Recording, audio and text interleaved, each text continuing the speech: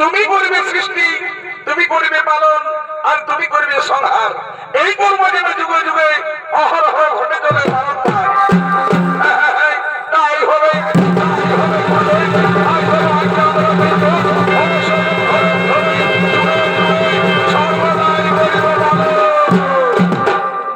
আর হে ইন্দ্র অগ্নি বরুণ, হে ইন্দ্র অগ্নি বরুণ, তোমরা হলে মেঘ বৃষ্টির দেবতাগণ। তার প্রকৃতির নিয়ম মতো এই পৃথিবীর উপরে তোমরা সর্বদাই করিবে বর্ষণ, যাতে মহাসুখে মহানন্দে পালিত হয় পৃথিবীর সমস্ত জীব জগৎগণ।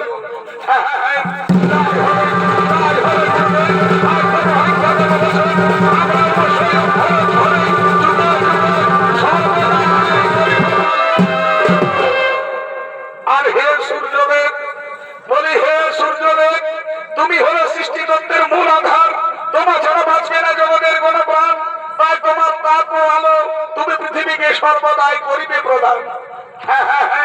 তাই তাই হবে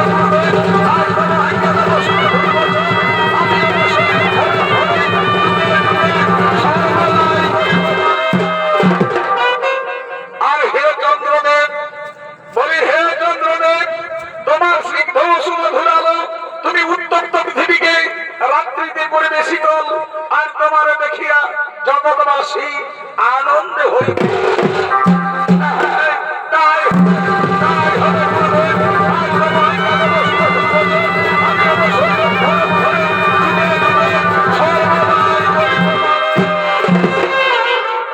আর হে দেবী তারা, বলি হে দেবী তারা, আজ আমাদের গৃহে অতিথি স্বর্গের সমস্ত দেবতারা, যাও তুমি তোমার সখীদের ডাকো আর তাদের জন্য কিছু আতিথ্যের ব্যবস্থা করো। হ্যাঁ স্বামী, আমি এক্ষুনি আমার সখীদের ডেকে নিয়ে আসছি। বলি ওরে আমার সখীগণ, তোরা কে কোথায় আছিস? তাড়াতাড়ি কিছু জল খাবার লয়ে এই দেব সভায় করা আগমন। আমি জল মারি, আমি জল মারি,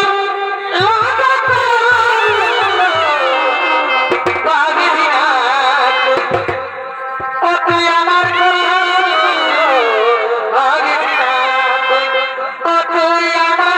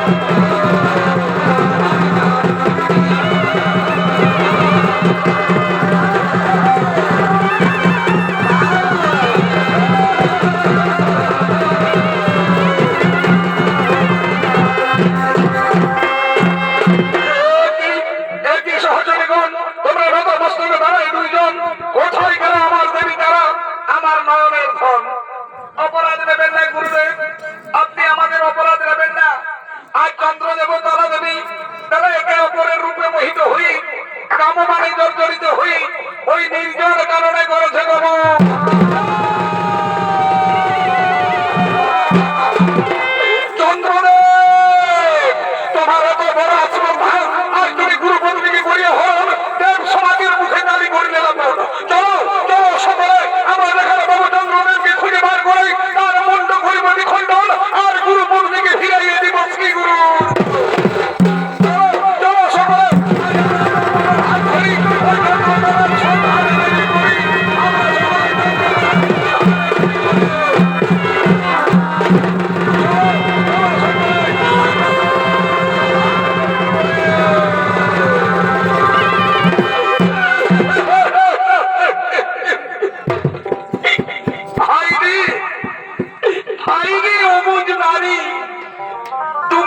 বুঝলে না আমি হলাম দেবতাদের গুরুদেব আর তুমি হলে দেবতাদের গুরু মাতা।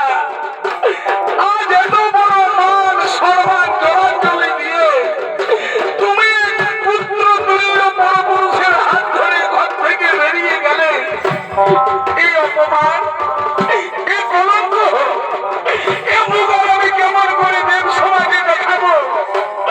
আজ সকলে আমার দিকে আঙুল তুলে বলবে দেবগুরু বৃহস্পতির সহধর্মিনী পরপুরুষের হাত ধরে ঘর থেকে বেরিয়ে গেছে, পরপুরুষের হাত ধরে ঘর থেকে বেরিয়ে গেছে, পরপুরুষের হাত ধরে ঘর থেকে বেরিয়ে গেছে। এদিকে চন্দ্রদেব তারা দেবী তারা একে অপরের রূপে মোহিত হয়ে কামবাণে জর্জরিত হয়ে আজ এক নির্জন কারণে করেছেন আগমন। এই জীবন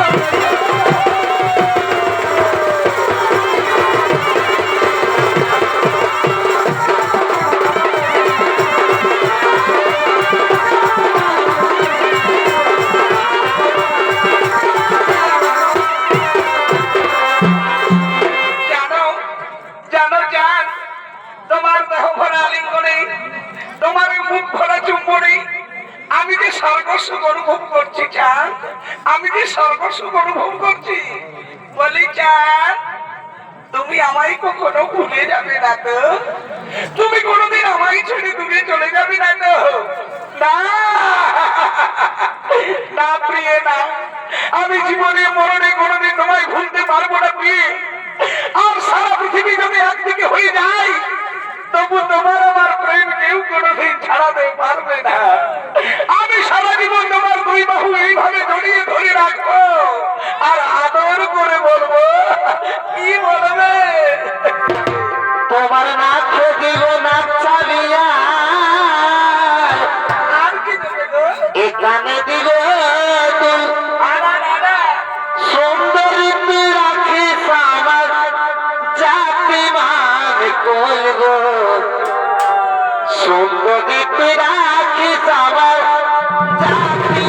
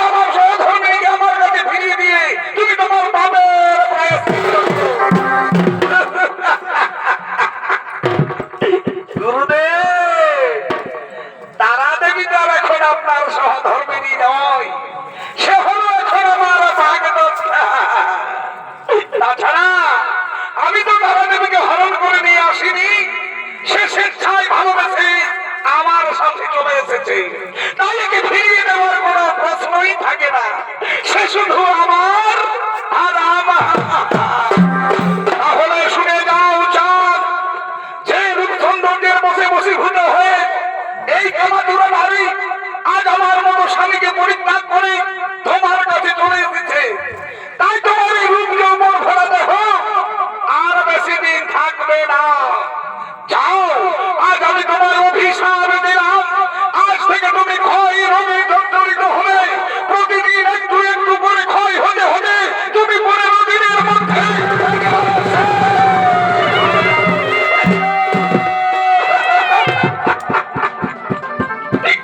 না, না গুরুদেব না, আজ সামান্য কারণে আমায় এত বড় অভিশাপ আপনি দেবেন না গুরুদেব। আপনার অভিশাপ আপনি ফিরিয়ে না। আজ গুরু পত্নীকে হরণ করে তার সাথে পরকীয়ায় লিপ্ত হয়ে তুমি যে পাপ করে ফেলেছ, তার জন্য আমি তোমায় কিছুতেই ক্ষমা করতে পারবো না। তবে হ্যাঁ, তোমার এই পাপের ক্ষমা একমাত্র দেবাদিদেব মহাদেব, তিনি কিছুটা হলেও করতে পারবেন। বলিও সুন্দরী তারা দেবী, এইবার আমিও দেখতে চাই কোথাকার জল কোথায় গিয়ে দাঁড়াই, কোথাকার জল কোথায় গিয়ে দাঁড়াই, কোথাকার জল কোথায় গিয়ে দাঁড়াই। তারা দেবী, আজ আমি যে সামান্য কারণে গুরুদেবের কাছে অভিশপ্ত হয়ে গেলাম, তারা দেবী, আমি যে অভিশপ্ত হয়ে গেলাম। চাঁদ, তুমি শান্ত হও চাঁদ, তুমি শান্ত হও। আমি বলছি কি, তোমার এই অভিশাপ কিছুতেই ফলবে না, কারণ তুমি তো আমাকে হরণ করে নিয়ে আসোনি। আমি স্বেচ্ছায় ভালোবেসে তোমার সাথে চলে এসেছি, তাই তুমি গুরুদেবের কথা না ভেবে তুমি শুধু আমার কথা ভাবো চাঁদ, আমার রূপের কথা ভাবো, আমার যৌবনের কথা ভাবো। এসো, আমরা পুনরায় যৌবন সাগরে হারিয়ে যাই।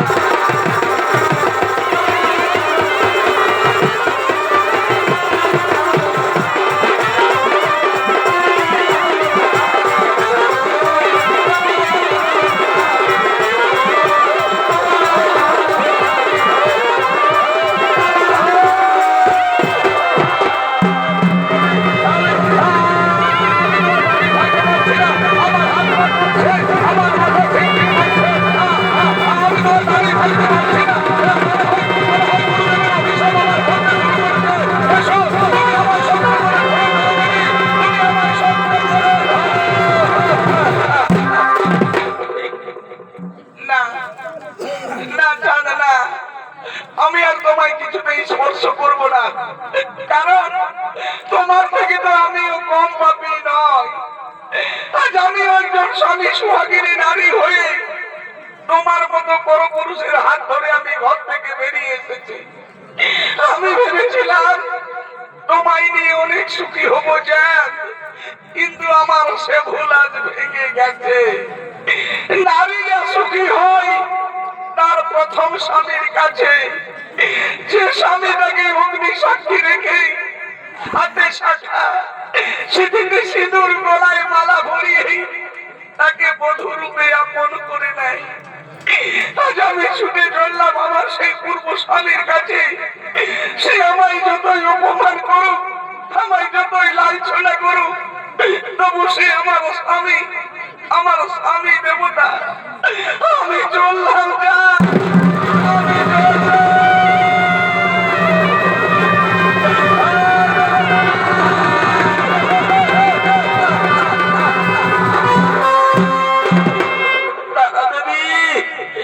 তুমি আমাকে পরিত্যাগ করে চিরজীবনের মতো চলে গেলে, সবাই তো আমি যে মহাপাপী, আজ আমি মহাপাপ কর্ম করে ফেলেছি। তাই তো আজ আমার কাছে কেউ নেই, আজ আমার ভাই নেই, বন্ধু নেই, সমাজ নেই। আজ আমার দেহ হলো কি, আমার শক্তি হলো হি, আমার আয়ু মাত্র আর মনের শুধু দর্শক মন্ডলী, এদিকে দেবগুরু বৃহস্পতির অভিশাপে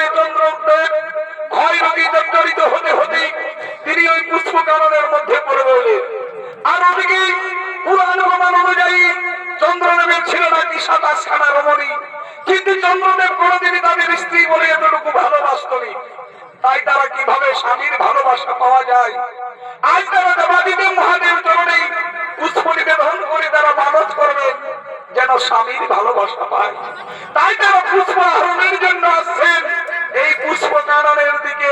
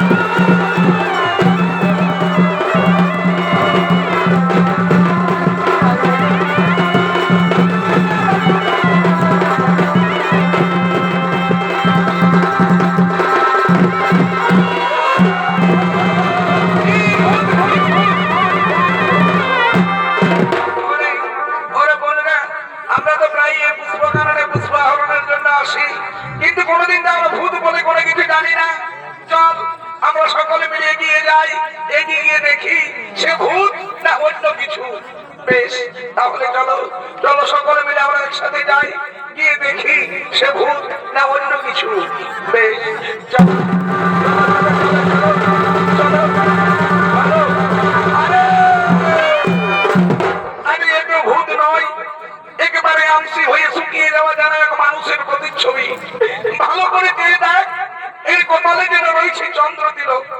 তাহলে কে কেউ আরে এই যে আমাদের স্বামী ওরে ওরে আইরে বলে না আজ আমরা সকলে মিলে একে ধরাধরি করে বাড়িতে নিয়ে যাই বাড়িতে নিয়ে গিয়ে সেবা যত্ন করার পর এর কাছ থেকে জেনে নেব আর কেন এমন দশা হয়েছে আইরে বলে না আজ আমরা সকলে মিলে একে ধরাধরি করে বাড়িতে নিয়ে যাই না না দিদি না যে সঙ্গে বিয়ের পরদিন থেকে কোনোদিন আমাদের স্ত্রী বলে এতটুকু সম্মান করিনি আমরা তার সেবা যত্ন করাতে দূরের কথা আমরা তাকে স্পর্শ করতেও পারবো না যে কারণে তার এই দশা হয়েছে বেশ হয়েছে ভালোই হয়েছে আমরা চললাম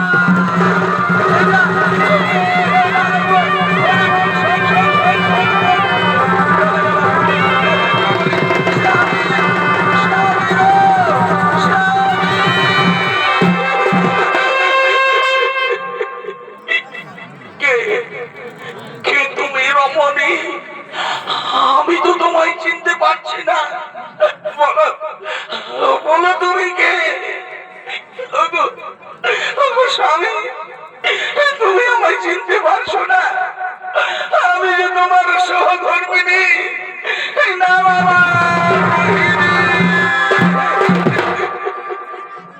বলো বলো স্বামী বলো তুমি আমায় পরিষ্কার করে খুলে বলো তোমার কেন এমন দশা হয়েছে রোহিণী আমি আমি যে মহাপাপ করে ফেলেছি রোহিণী আমি গুরু পত্নীকে হরণ করে আমি তার সাথে প্রেম নিবেদন করেছি তাই তাই গুরুদেব আমাকে অভিশাপ দিয়েছে ক্ষয় রোগে জর্জরিত হতে হতে আমি 15 দিনের মধ্যে একেবারে শেষ হয়ে যাব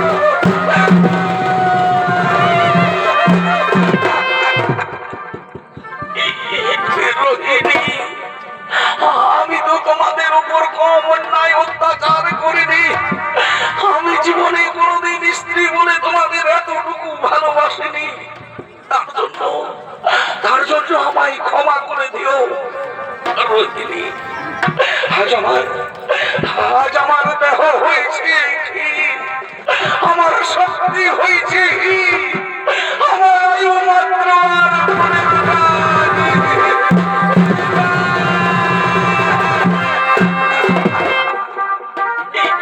রোহিণী আমি তোমার বেশি দিন বাঁচবো না রোহিণী তাই আমার শেষ অনুরোধ জীবনের এই কয়েকটা দিন অন্তত আমার পাশে থেকো রোহিণী আমার পাশে থেকো আমি আর বেশি দিন বাঁচবো না আমি মরে যাবো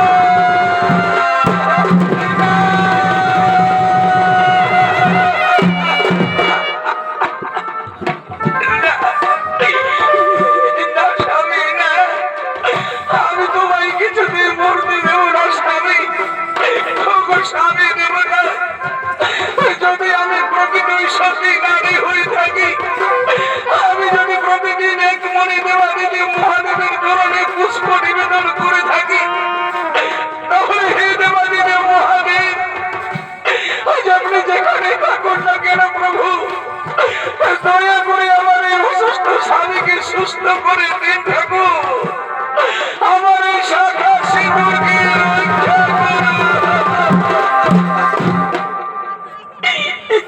চলো চলো স্বামী এবার আমি তোমায় দিয়ে ওই দেবাদিতে মহাদেবের কাছে আমি কৈলাসে চলে যা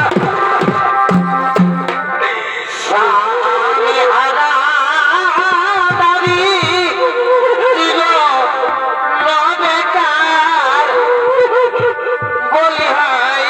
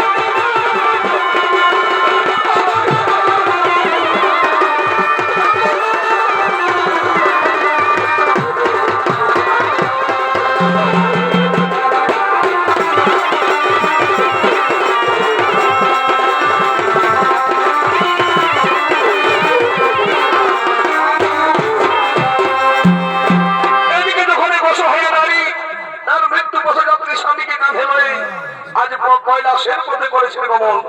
ঠিক সেই সময় অপরদিকে আজ কৈলাসে দেবাদিদেব মহাদেব তার নন্দী ভিঙ্গিদের লয়ে তিনি মহানন্দেই করছেন বিচরণ।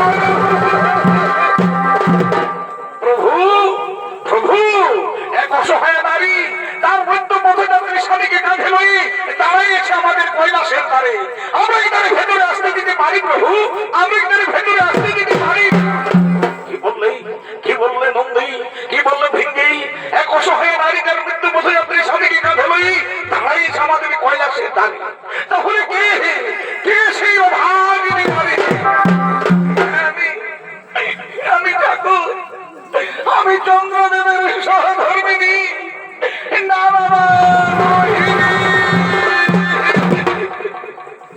আমার স্বামী তার গুরুপত্নীর সাথে করেছে সহবাস, গুরুপত্নীকে করেছে হরণ, তাই তো গুরুদেব দিয়েছেন অভিশাপ 15 দিনের মধ্যে এর ক্ষয় রোগে হইবে।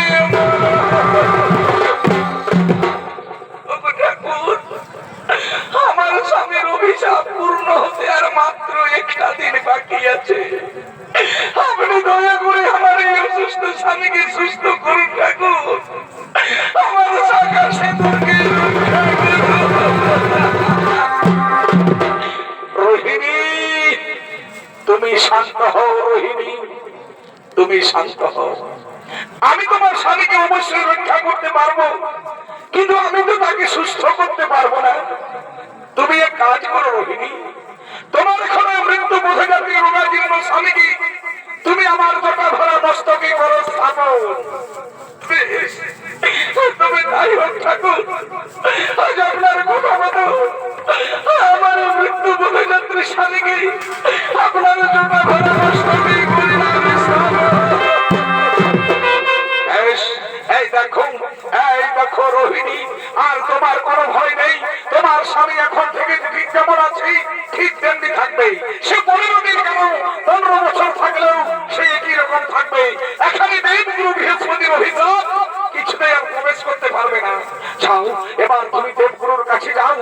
কাছ থেকে জেনে নিও কিভাবে তোমার স্বামী তার অভিশাপ থেকে মুক্তি লাভ করবে। এসো এসো হে নন্দী, এসো হে ভৃঙ্গি, আমরা মোহিনী দেবীকে কিছুটা পথ এগিয়ে দিয়ে আসি।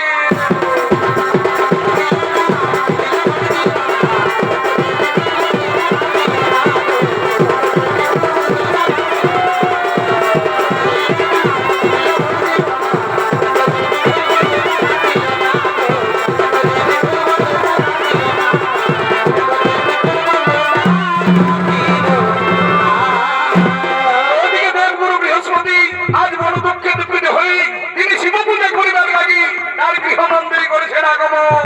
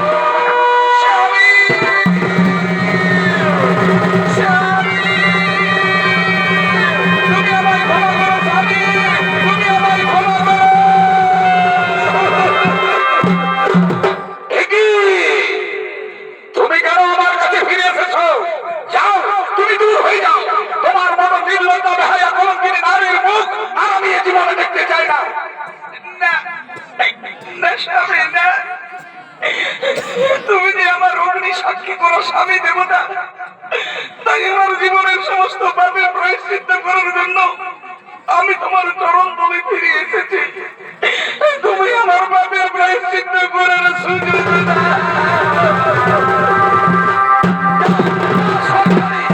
দূর হয়ে যাও, তোর মতো নির্লজ্জ বেহায়া কলঙ্কিনী নারীর মুখ আর আমি দেখতে চাই না।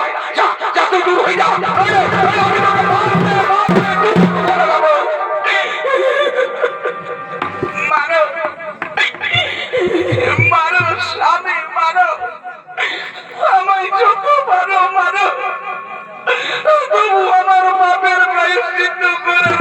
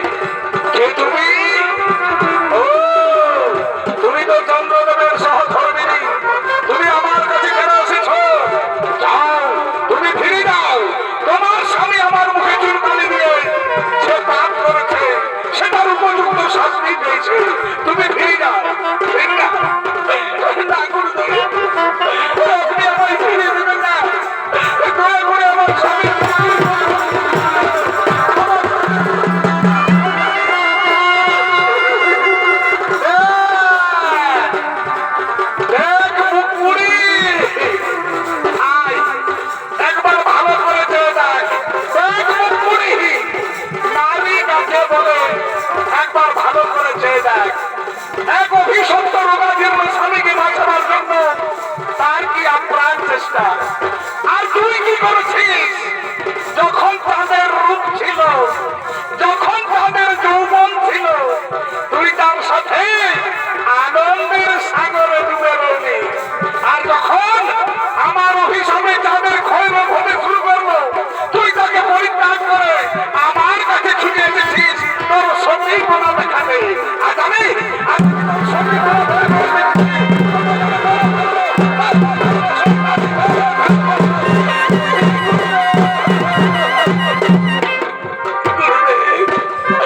আপনি আমায় ফিরিয়ে দেবেন, আপনি দয়া করে আমার স্বামীর মুক্তির উপায় বলে দিন।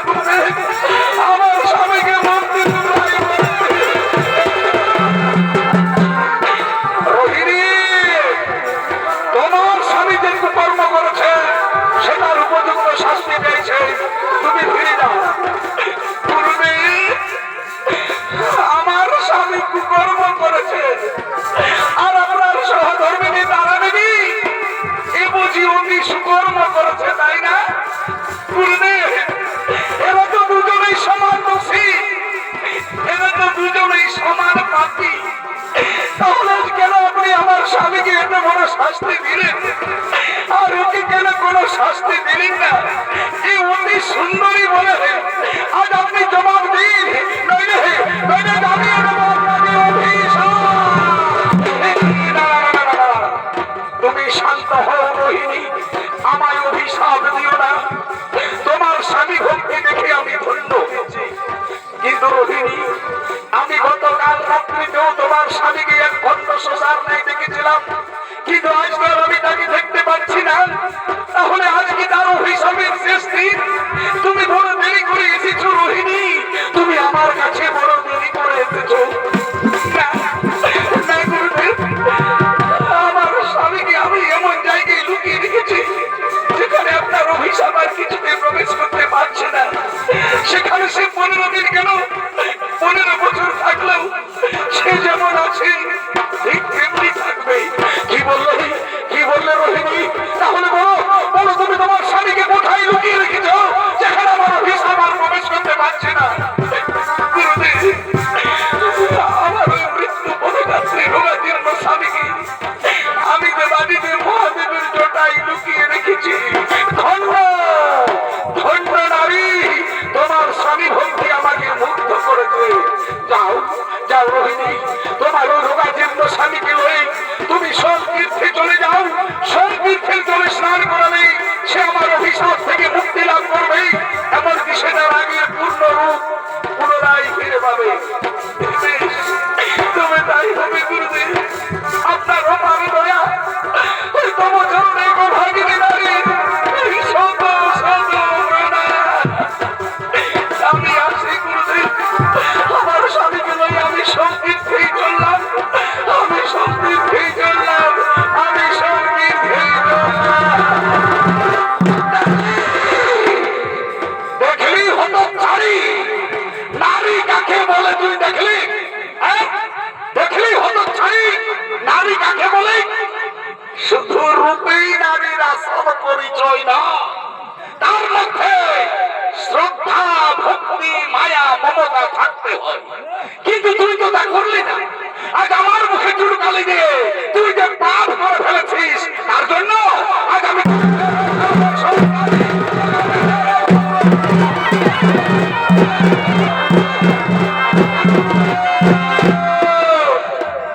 আপনি শান্ত হন গুরুদেব, আপনি তারা দেবীকে আরো নির্যাতন করবেন না, কারণ নারী হত্যা মহাপাপ। কি বললে ব্রহ্মদেব, কি বললে বিষ্ণুদেব, কি বললে মহেশ্বর? নারী হত্যা মহাপাপ, কিন্তু আমার সহধর্মিনী তারা দেবীকে পাপ কর্ম করেছে, তার জন্য এর মৃত্যু কাণ্ড।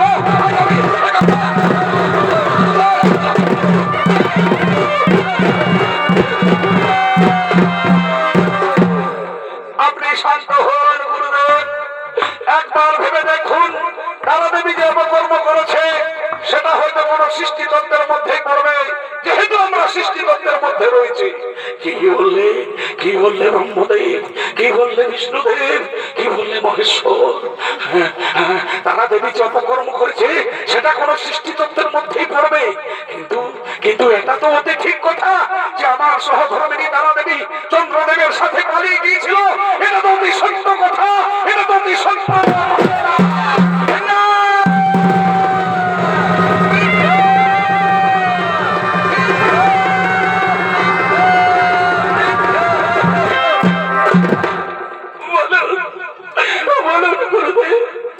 আপনার কথা মতো আমার স্বামীকে আমি সন্তীর্থে নিয়ে গিয়ে স্নান করালাম, কিন্তু কই আমার স্বামী তো তার আগের পূর্ণ রূপ ফিরে পেল না। বলুন গুরুদেব, আজ আপনি কেন আমায় এত বড় মিথ্যা কথা বলেছেন গুরুদেব? কেন আমায় এত বড় মিথ্যা কথা বলেছেন? রোহিণী, তুমি শান্ত হও, আমি তোমার প্রশ্নের জবাব দিতে পারবো না। তুমি ব্রহ্মদেবের কাছে যাও, হয়তো ব্রহ্মদেব তোমার প্রশ্নের জবাব দিতে পারে। কোথায় কোথায় সৃষ্টিকর্তা ব্রহ্মদেব? কোথায়? বলুন বলুন প্রভু, আমার স্বামীকে সন্তীর্থে স্নান করাবার পরেও কেন সে তার আগের পূর্ণ রূপ ফিরে পেল না? রোহিণী, তুমি শান্ত হও। রোহিণী, তুমি শান্ত হও। তোমার স্বামী তার আগের পূর্ণ রূপ অবশ্যই ফিরে পাবে, তবে আজ বা এক্ষুনি নয়। সে যেমন করে একটু একটু করে ক্ষয় হতে হতে একেবারে শেষ হয়ে গিয়েছিল, ঠিক তেমনি ভাবে একটু একটু করে সুস্থ হতে হতে সে তার আগের পূর্ণ রূপ ফিরে পাবে। এইভাবে পূর্ণ রূপ থেকে সে ধীরে ধীরে শেষ হয়ে যাবে, আবার সে শেষ হওয়া থেকে ধীরে ধীরে তার পূর্ণ রূপে ফিরে আসবে। তার এই অবস্থা আজ থেকে মাসের পর মাস, বছরের পর বছর, এমনকি যুগের পর যুগ তার চক্রাকারে চলতেই থাকবে। না না,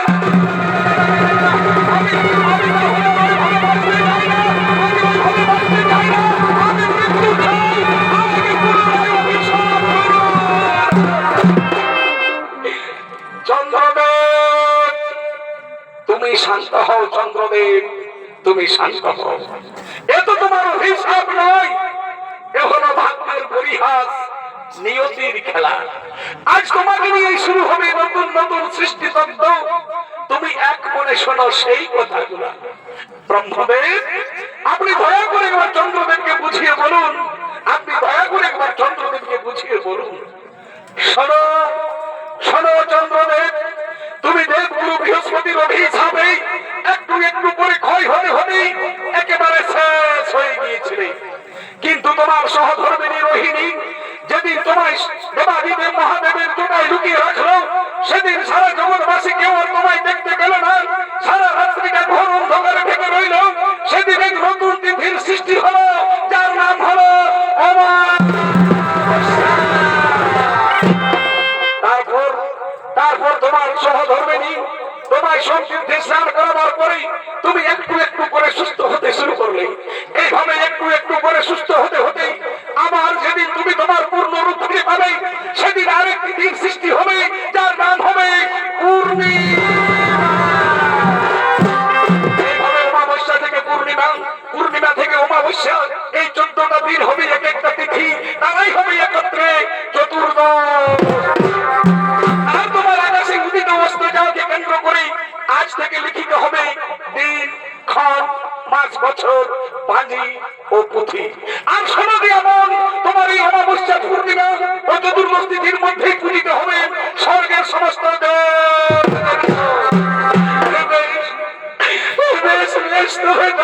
তাই হোক প্রভু, ভাগ্যের এই নিয়তির খেলাকেই আজ আমরা নতমস্তকে স্বীকার করে নিলাম। বলি হে রোহিণী দেবী, হে রোহিণী দেবী, আজ তুমি যে স্বামী ভক্তি দেখালে, এই স্বামী ভক্তি থেকে আগামী দিনে যে নারী চরিত্র সৃষ্টি হবে, তারা সতী, লক্ষ্মী ও মমতাময়ী নারী রূপে পরিগণিত হবে। আর বলি হে দেবী তারা, বলি হে দেবী তারা, তোমার এই স্বামী সঙ্গ পরিত্যাগ করা থেকে আগামী দিনে যে নারী চরিত্র সৃষ্টি হবে, তারা অসতী ও কলঙ্কিনী নামে যুগে যুগে আখ্যা পাবে। আজ থেকে জগতের মানুষ অমাবস্যা অমাবস্যা পূর্ণিমা ও চতুর্দশী থেকে সঙ্গী করে তারা কাটাবে তাদের সমস্ত জীবন। তারা চন্দ্র তারা ও রোহিণীকে যুগে যুগে করবে স্মরণ। শিব মস্তকে চন্দ্র ধারণ ও সৃষ্টিতত্ত্বের পূর্ণ বিবরণ।